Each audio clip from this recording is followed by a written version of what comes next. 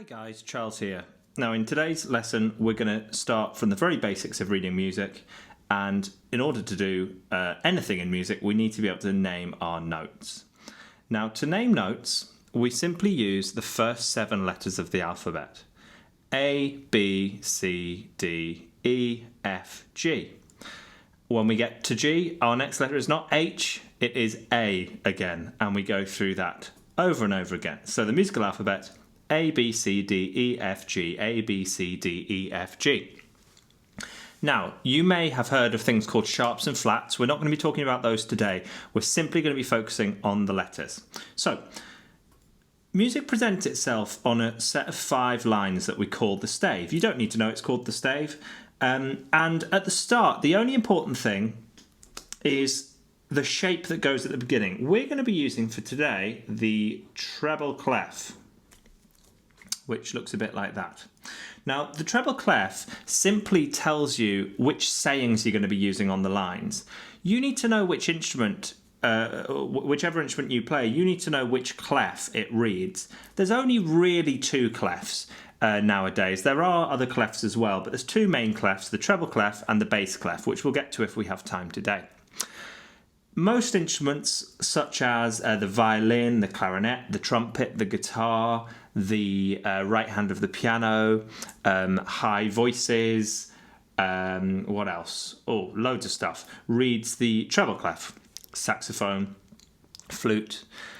Low instruments read the bass clef, bass guitar, double bass, some cello passages, left hand of the piano. So Google your instrument to find out what it, if I haven't just said it there, Google your instrument to find out which clef it uses. We're going to start with treble clef. We have 5 lines, and between the 5 lines are 4 spaces, so we need 2 sayings. And our first saying is simply the one we've all heard: every good boy deserves football. Now, all the sayings go from the bottom to the top. What this means is if I have a note on the bottom line, it is the note E, because the word every. If I have a note on the second line, it's G, because the word good. Third line is a B, because boy. Fourth line is D, deserves. And the top line is F, football. So far, so good. Now, you'll notice, though, that E, G, B, D, F doesn't give us all 7 letters of the alphabet. For that, we need another saying, which is face in the space.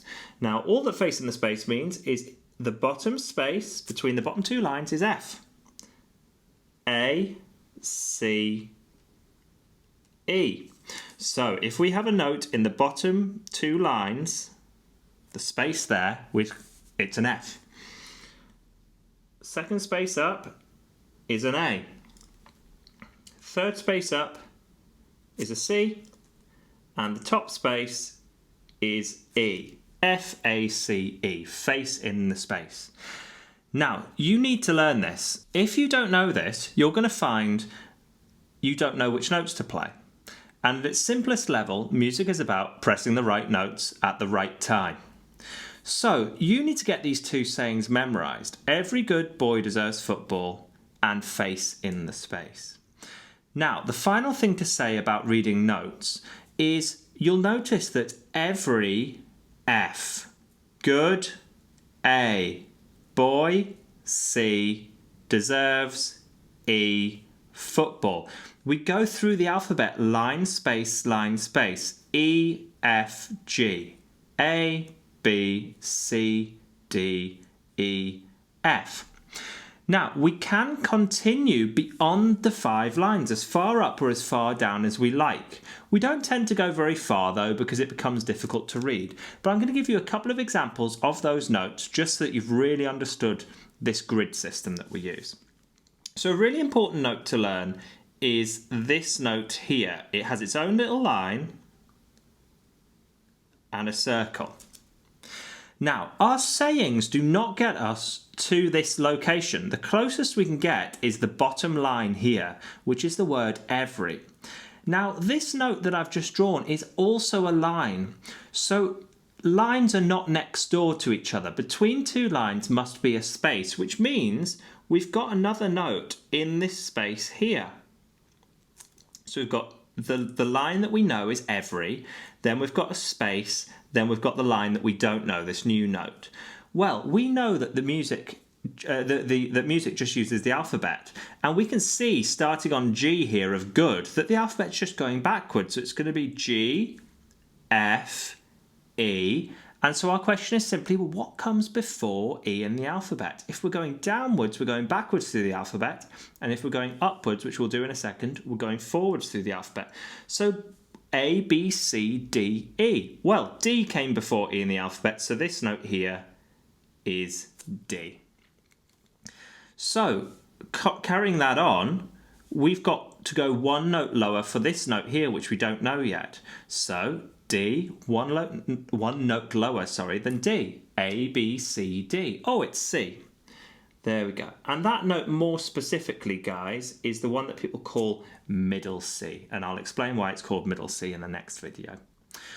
Let's do two more notes, and then I think that's plenty for you to be getting on with and learning this week. We've got at the top here the note F.